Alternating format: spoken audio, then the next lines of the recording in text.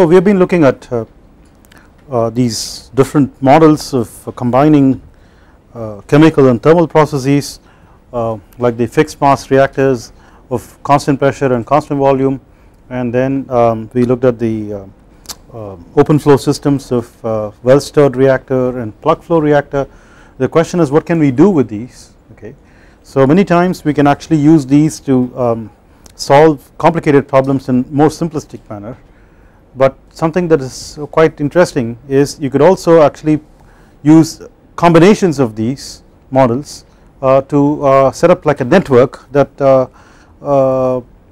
deals with a more complicated system. So one thing is to take one system and try to simplify it into one of these, but another way is to actually put a bunch of these together in a network that will mimic a more complicated system. So the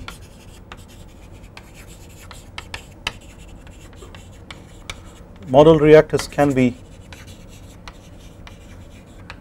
used in a network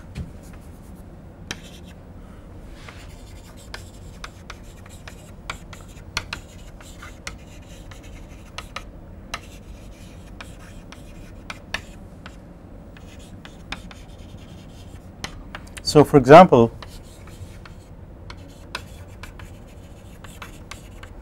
so we have let us say a gas turbine, take a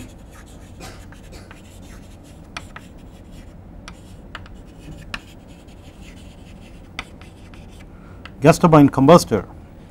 So we know that, for example, you now have a gas turbine outer casing that goes like this, and then you now have a fuel inlet that comes in, and then you now have a swirler.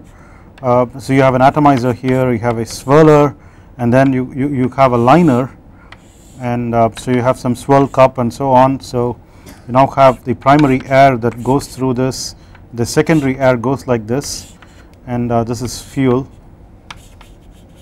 this is air, and then you have this liner having these holes for secondary air to come in. So you now have a primary combustion zone here and a secondary combustion zone here. So this is of actually different fuel air ratios. So you now have like a close to stoichiometric mixture over here, and then you now have some air that is coming in further into this, and you now have a more fuel lean condition of combustion there, and then you have a further situation of dilution, because you now have to have the turbine blades withstand the temperature at the outlet. So you need to have the turbine entry temperature reached at a particular value and not higher than that. Therefore you have these called dilution holes, right. So this is like a flow that is a diluted flow, okay, diluted not just in not in terms of air, but also in terms of temperature. That means you're relatively cooling this gas. So this is the primary combustion zone, secondary combustion zone,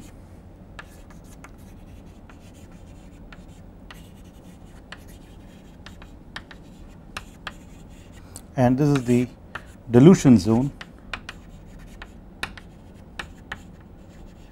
So how do you deal with this in a, this is actually a highly complicated system in terms of the fluid mechanics that is involved here, the chemistry, the combustion, all those things, the multi-phase flow, all the stuff that happens here. It's a highly complicated situation. So how do you try to use these simplified model reactors that we have had, like the well stirred, this is obviously an open flow system, so we have to actually choose something like the WSR and the PFR that we have seen before. So what you can actually think about is, you now treat the primary combustion zone as a WSR1, and then what happens is, so you now have a fuel line and a air line that are feeding into these. So you now have a inlet from the air and the fuel, right, and the exhaust of the WSR1 gets into another WSR, right, that can be used to simulate the secondary combustion zone, and you now have this airline can keep going. You now take additional air in here, and then the output of that gets into, well, it depends on whether you want to treat this as a PFR or so on, but typically you do not have too much combustion going on and you are now at the tail end of the combustor. So you could actually more easily treat this as a PFR, and you can even keep track of how things evolve in space, because PFR allows you to do that in a one dimensional manner, right. So you could try to model this as a PFR with additional air, and then you now have this coming out, right. In case you are thinking of having a additional fuel that is participating in the secondary combustion, because if you now have incomplete combustion in the primary zone, and it is not just the combustion products of the primary zone that feeds into the secondary zone, but additional fuel, you could have this as well, just to be sure that you are using all the fuel that is in there inside the combustor. So you see that this is now like a network of these model reactors in tandem, one after the other, and also using the output of one as an input of the other, and so on, and taking air from a airline and fuel from the fuel line for these different parts differently, and then finally you now get this, these are the two inputs, and that is the output. There are temperatures for these, so that means you have a enthalpy for this, and therefore correspondingly you will get the enthalpy for that, and so on. So something of this sort can be done. So I would like to conclude the section on these model reactors which combine chemical and thermal processes without getting too much into flow details, except for the little detail that we did for the PFR, and without getting into any mixing at all, okay, and justify trying to avoid mixing and deal with quite complicated situations in a simplistic manner. But then we can't avoid mixing completely, so we have to step into getting into mixing as we go along.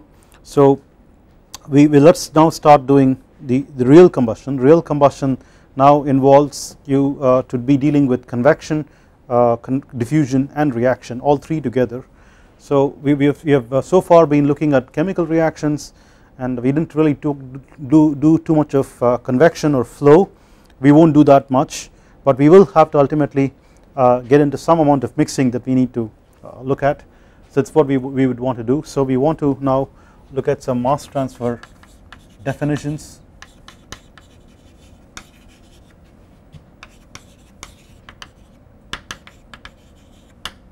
Okay,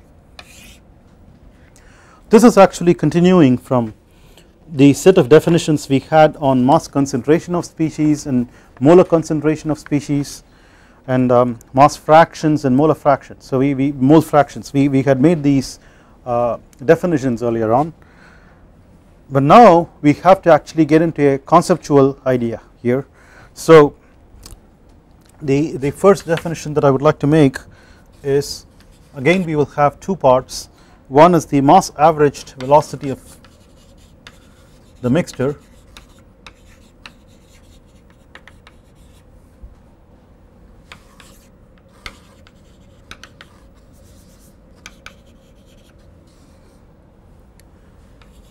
let us suppose you use the symbol v vector, small v vector, for the velocity of the mixture. This would be defined as I equals 1 to n sigma rho I vi vector divided by sigma I equals 1 to n rho I. What sigma I equals 1 to n rho I? Do you remember from past?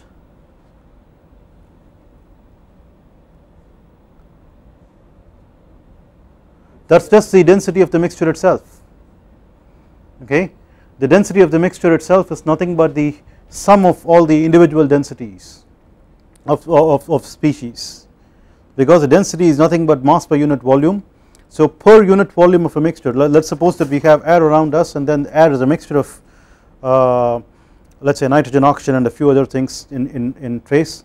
So you just pick a unit volume of this, then you start counting the mass, the amount of mass of nitrogen, amount of mass of oxygen and so on. In this amount, the mass of nitrogen per unit volume is the density of nitrogen, the mass of oxygen per unit volume is density of oxygen and so on. You know, add up all the mass that is there, and that is the mass of all the species there per unit volume is the density of the mixture. So it's simply adding up all these. So this is nothing but rho. So you now begin to see that if you don't have a subscript, right, it now belongs to the mixture. If it has a subscript, then it belongs to a species. Alright, first of all. And then how does it work? The density is summation of all the individual densities, but the velocity is like an average. It's a mass weighted average. Why is it? Why am I saying mass weighted? Because this is actually a mass averaged velocity, right? So I could have simply said this is mass of individual species times its velocity per unit volume divided by mass of individual species per unit volume. So I could have had like per unit volume on both sides, so you got the density from the mass. So it's essentially a mass weighted average or velocity of the mixture. What does this mean is, if you now have a mixture of gases, what we are trying, and then each of these species is actually trying to go with its own velocity, alright, and since I am showing my thumbs, that is to actually indicate the direction. That means you now have a species A goes this way, a species B goes this way and so on at this particular location and time, right. Out of this we are now trying to picture how the mixture is going to go on the whole without worrying about what the individual species are doing. So how do you deduce how this mixture is going to go as a whole? We now try to average the velocities weighted by their mass. That means if you have a very small amount of mass of a particular species, it does not really count too much for the mixture's velocity. Let us say you had a very small amount of mass going very fast, okay, you are still going to have the mixture on the whole going slower, because lots of other things that are present in a more greater abundance are going slower, right. So as a mixture, it is not going to go just as fast as this very small component, right. So this is what we are saying. We could have also done this, instead of having a mass average, what else could we have done? Moles, right. So we can use moles. So the molar average velocity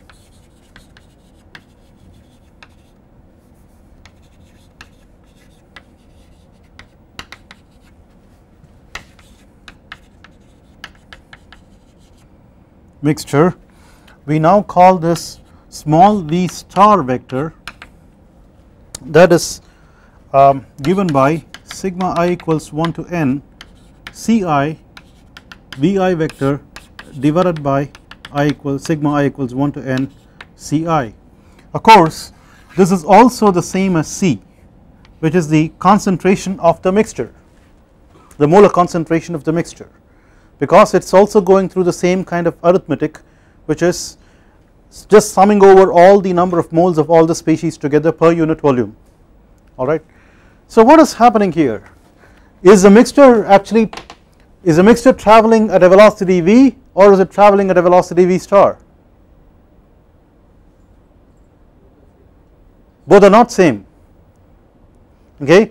The Ci's and the rho i's are not exactly the same. How are they related?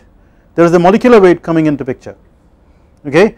So they would actually be the same if your molecular weights of all the species were the same, but that's not necessarily true. You could have hydrogen on one hand, which has a very low molecular weight when compared to, let us say, butane, okay, or carbon dioxide, all these things have much higher molecular weights. So these are not necessarily the same. The question then is, what is exactly the mixture doing? Is it going at this speed or is it that speed? It depends on what you want, how you want to deduce the mixture speed. So the mixture speed is not an absolute quantity, it is the species velocity that is more absolute. The mixture velocity depends on the way we want to evaluate the mixture velocity, right. It's kind of like saying in a democracy you have a lot of people who have to get together to vote and select the leader, okay. So if they now select the president in one country or the prime minister in the other country, who is bigger, the president or the prime minister? No, it doesn't matter, the people are the ones that are the most important. That is what the democracy is all about, right. So here it is a species velocity that is really the absolute. How you want to actually deduce the mixture velocity is up to you, right. This is now going to be very important, the next step that we make, right.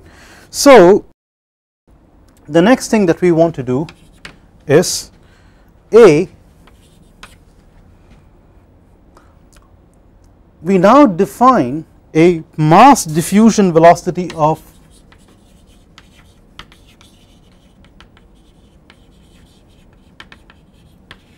species I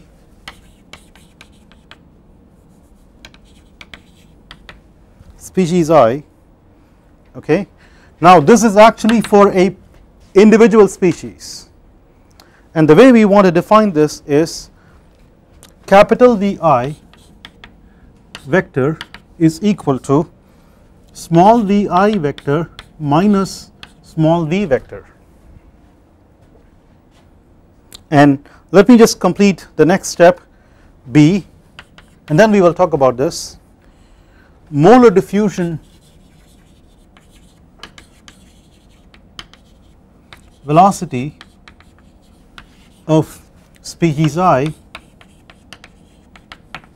is now capital Vi star is equal to Vi vector minus V star vector. You see here Vi's are the same because they are absolute, they are always there as they are, okay. Depending upon whether you are subtracting the mass averaged velocity of the mixture or the molar averaged velocity of the mixture, you now get apparent velocities of the individual species, which are capital V or capital V star. And why do we say apparent? What is going on? It is like saying, this is where we have to really listen, okay.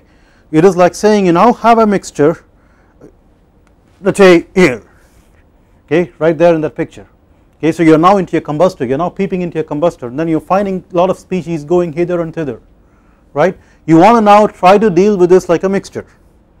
So you now choose to pick a mixture velocity that is defined either this way or that way, alright, and then you now want to tag this mixture velocity to the mixture. In reality all the species are going this way and that way, then you got a mixture velocity out of this that's saying that the mixture is going like this, and then you go along with it. That means these velocities are in the mixed fixed coordinate system.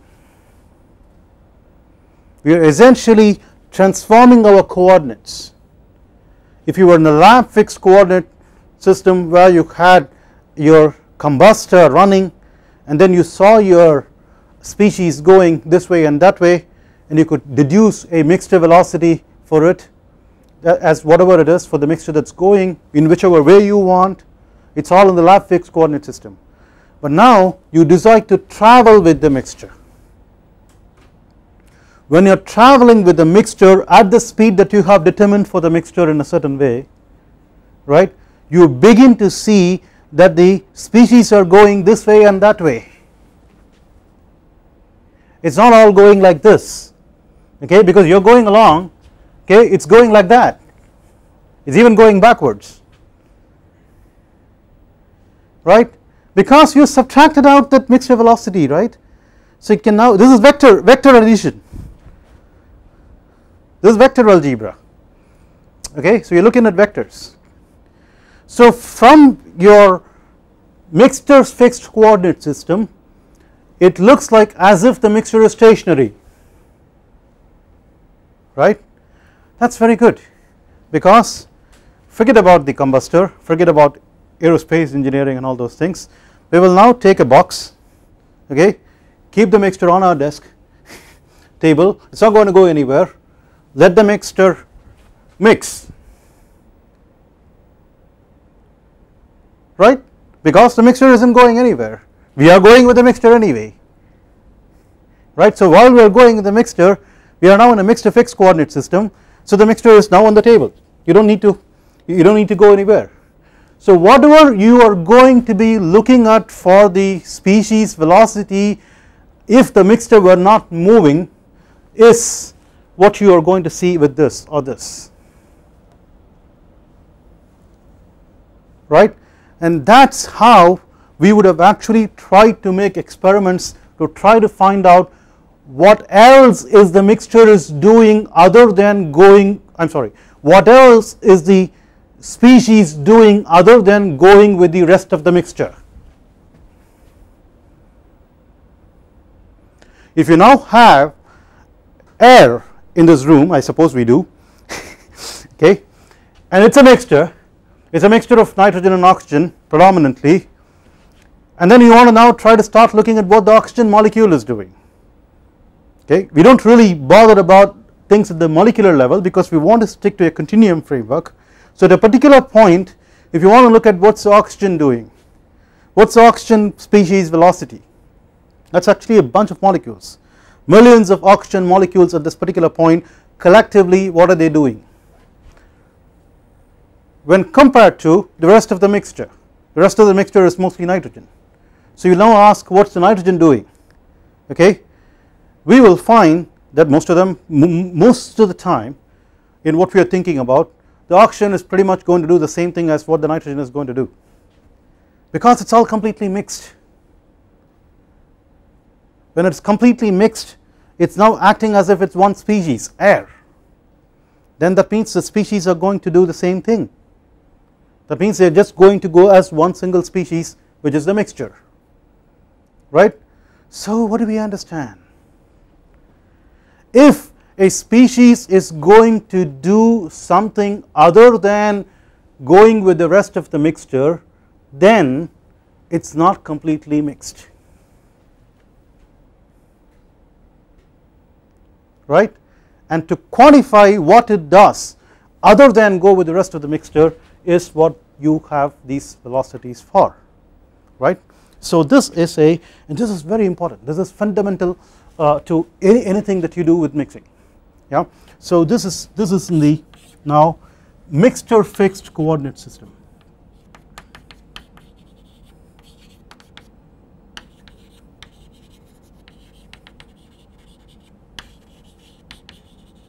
right. This is lab fixed,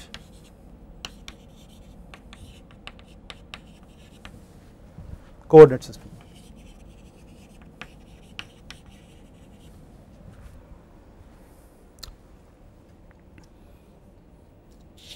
So in general, let us just make this point very clear, in general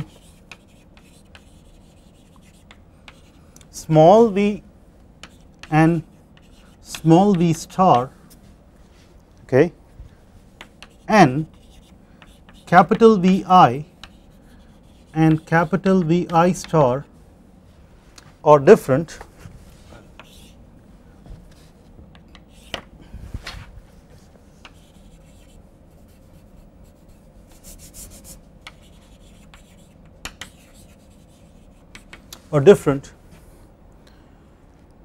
for species in a mixture with dissimilar molecular weights.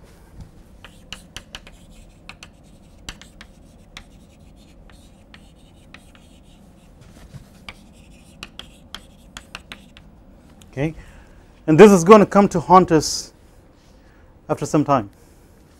Yeah, so sometimes you will find combustion scientists, analysts are making these seemingly reckless assumptions like equal molecular weights for all species. What's a big deal? I mean, can't you even deal with species that are of 2 different molecular weights?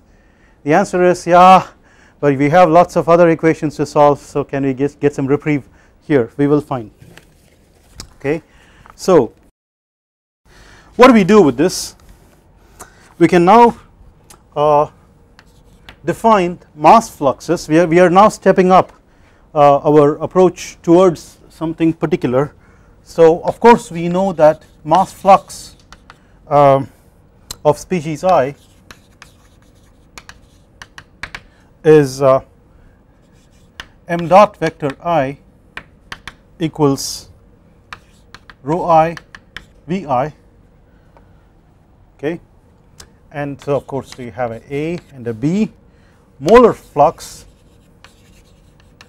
of species I, let us call this Ni dot vector equals Ci Vi Vi, that is it, Vi is absolute.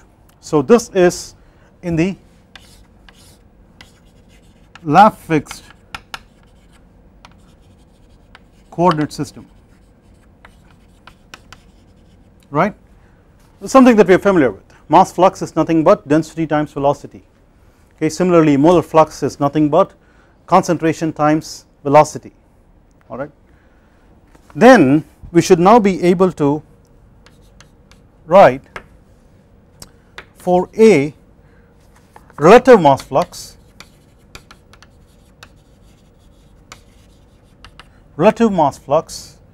or diffusion mass flux.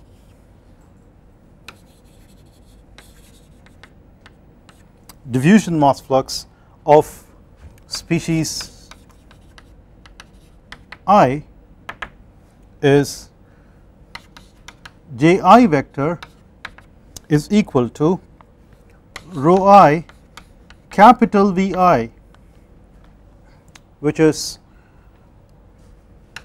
rho I Vi minus V, right, and B, go through the same thing, replace the word mass by molar, and then we will see how the symbols change a little bit.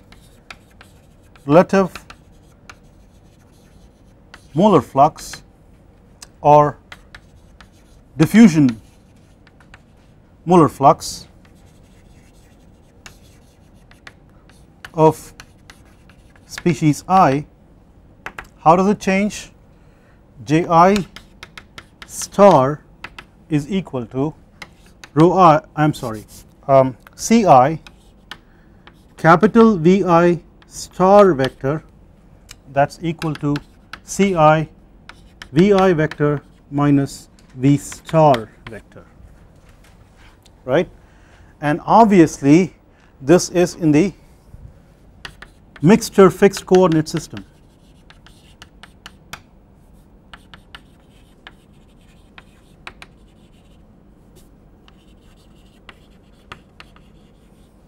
Right, that is in the mixture fixed coordinate system. What have we done?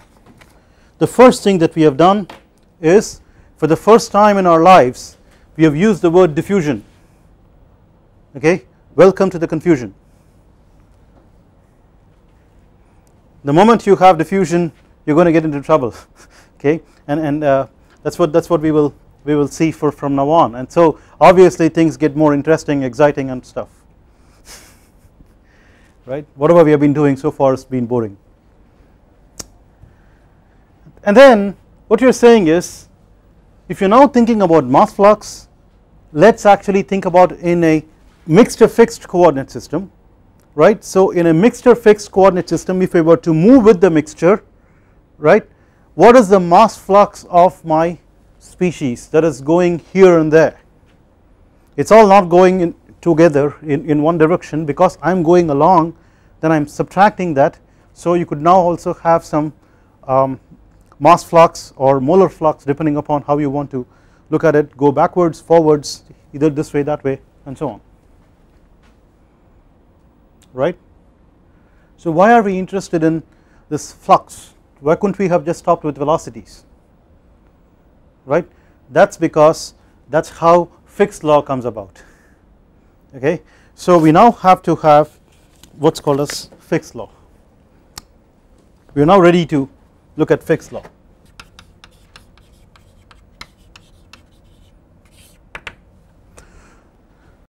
Adolf Fick around 1858 stated that dA star is equal to minus C dAB gradient XA for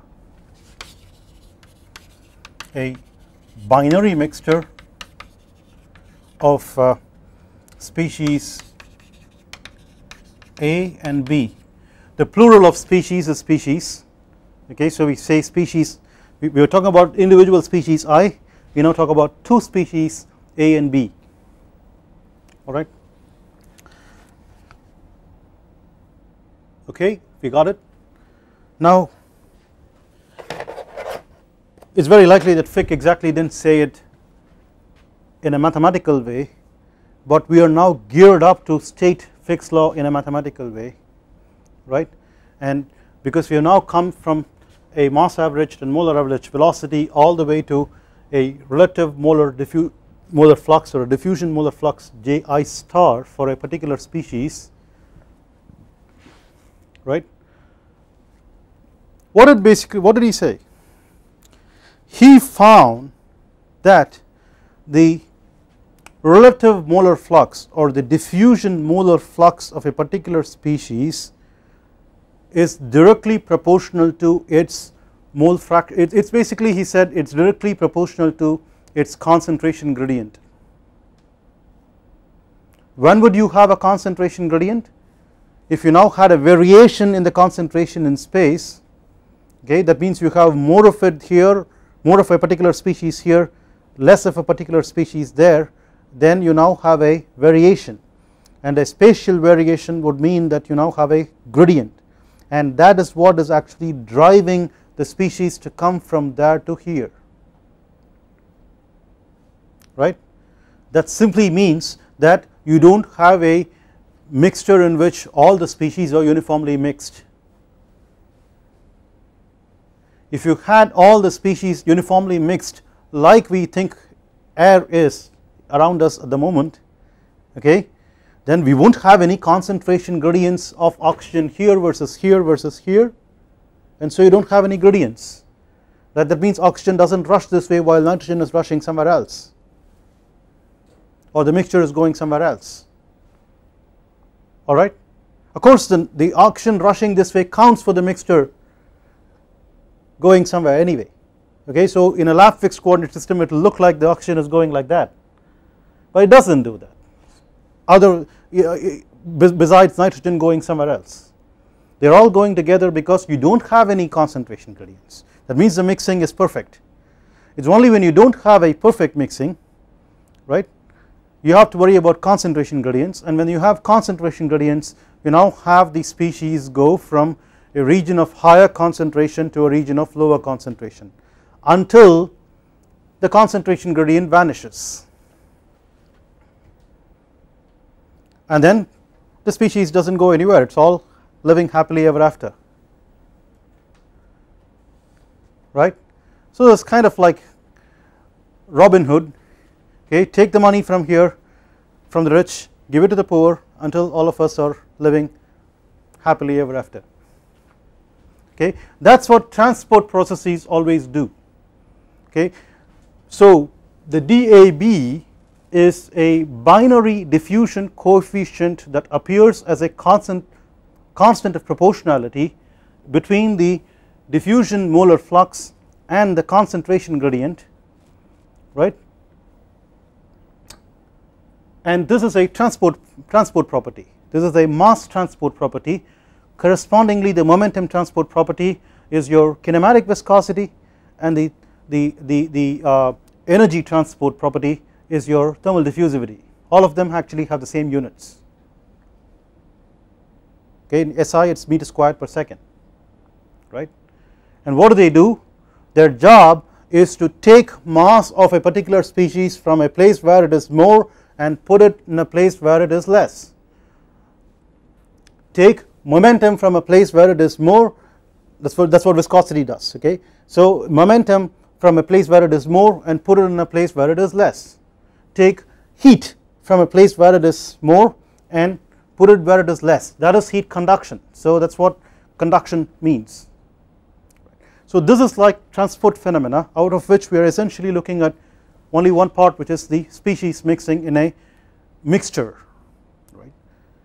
We have to look at something a little bit more carefully. We are now saying it is a binary mixture, that means we are now looking at a mixture which has only two species. How does it matter? I mean, how does it work out? Does it make sense? We are doing combustion, and do we deal with mixtures that have only two species? What combustion means, you have to have reactions, right? So for reactions to happen, you need to have two reactants. Yeah, sure. So we have two, and then they will mix. But what about products? If two reactants are required to form a third product, you don't have a binary mixture anymore. You see, so we are out. Fick is not good enough for us right away, unless you had like one of them as a reactant, the other one as a product. Okay, that's like a recombination reaction. You now had a molecule that just, let's say it was subjected to heat from the flame, let's say, okay, and then it decided to reorganize itself and become another species.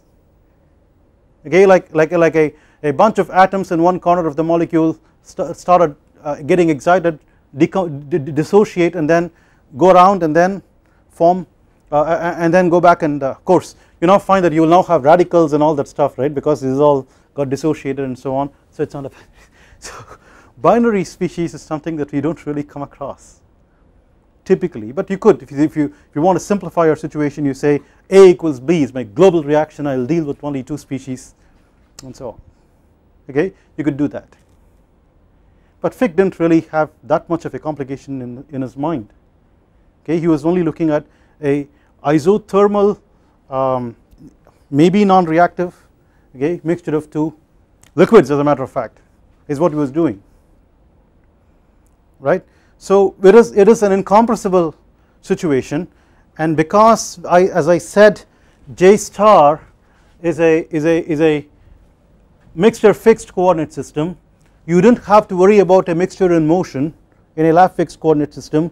You could think about a mixture that's right in front of you, sitting there mixing as you speak or observe, okay, and then you can come up with this law, and therefore the C is the concentration of the mixture.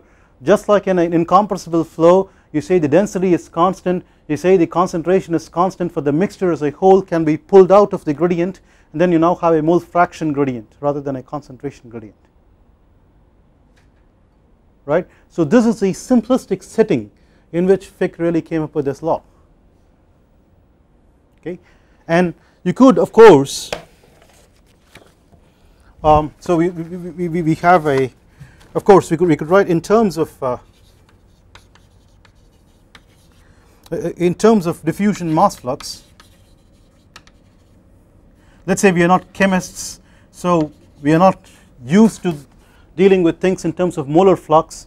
We are more used to things in mass flux. So so let's say diffusion mass flux JA is equal to minus rho dAB. It's the same dAB as before. You now have a mass fraction gradient rather than a mole fraction gradient, and a density instead of concentration. For the coefficient JA star becomes JA vector, right. So what's dAB? dAB is the binary diffusion coefficient,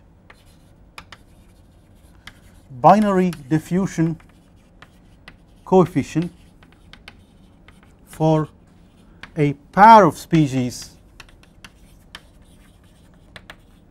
A and B. So the binary diffusion coefficient is actually defined always regardless of how many species are there in your mixture, okay. You can still think about a binary diffusion coefficient that is defined for a pair of species in that mixture. You are now beginning to think a little bit more, okay. Is it possible for us to apply this to a mixture which has more than 2 species? Maybe, okay. When what would DAB be? Yes, you can still use the DAB, that is a binary diffusion coefficient for a pair of species, so it is always valid for a pair of species. But what if I have a mixture of B and A instead of A and B? Will I have a DBA that is different from DAB? Huh? Is it like a tensor or something like that? No, right. So DAB is equal to DBA.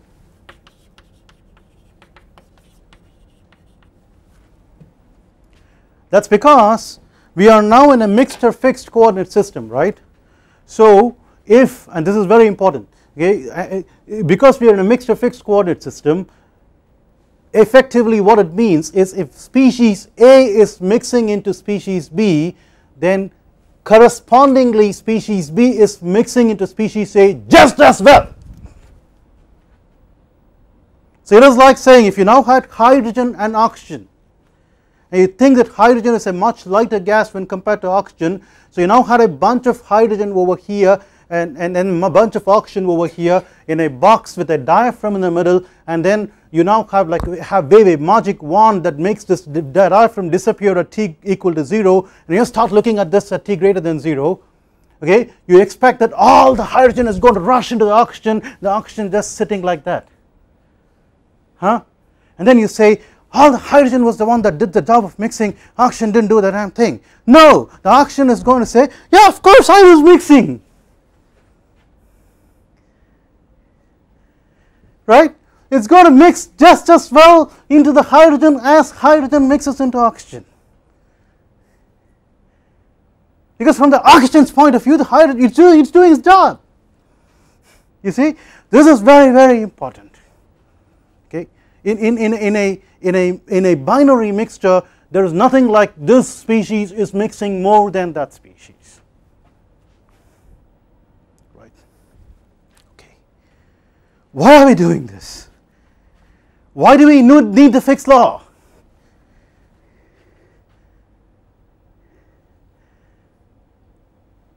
The Fick's law states that the molar diffusion flux, okay, or the mass diffusion flux are directly proportional to a concentration gradient in terms of either a mole fraction gradient or a mass fraction gradient. Why did we need it? Why did we need Fick? Why are we talking about it?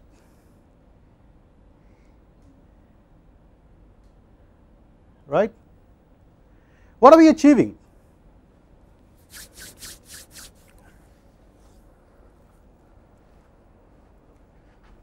Any guesses?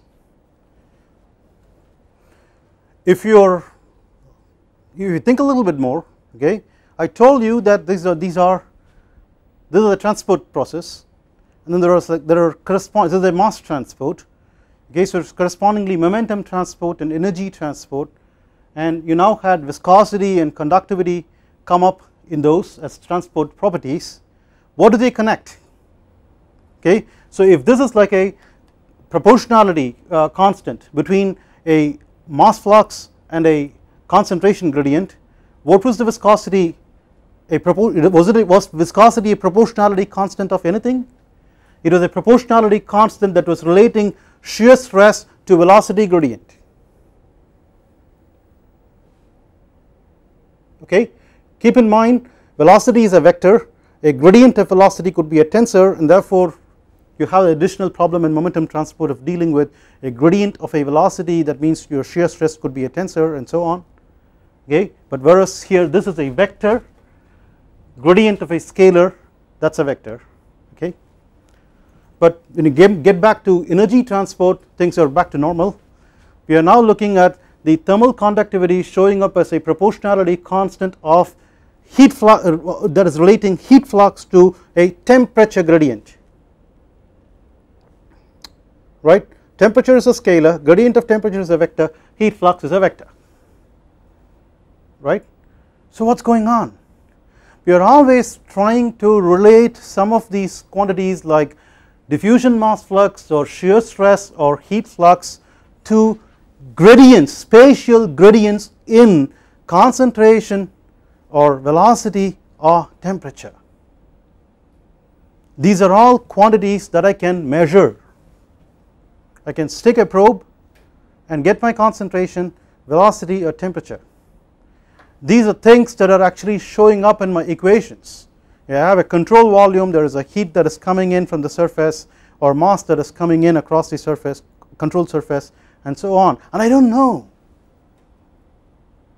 How would I know? I can only measure concentrations in two places to find out. If this is more than that, then you have a mass flux. I now measure temperature at two places. If this is more than that, I now have a heat flux, right.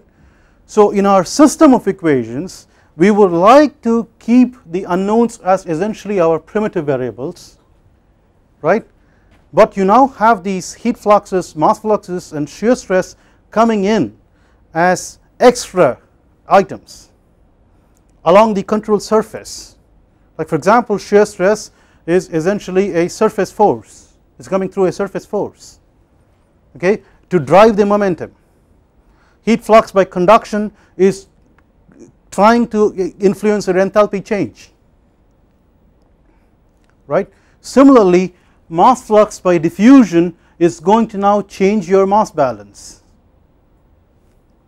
your continuity equation, right, and we would like to relate these to things that we want to keep us our primary unknowns, and we don't want to deal with any additional unknowns.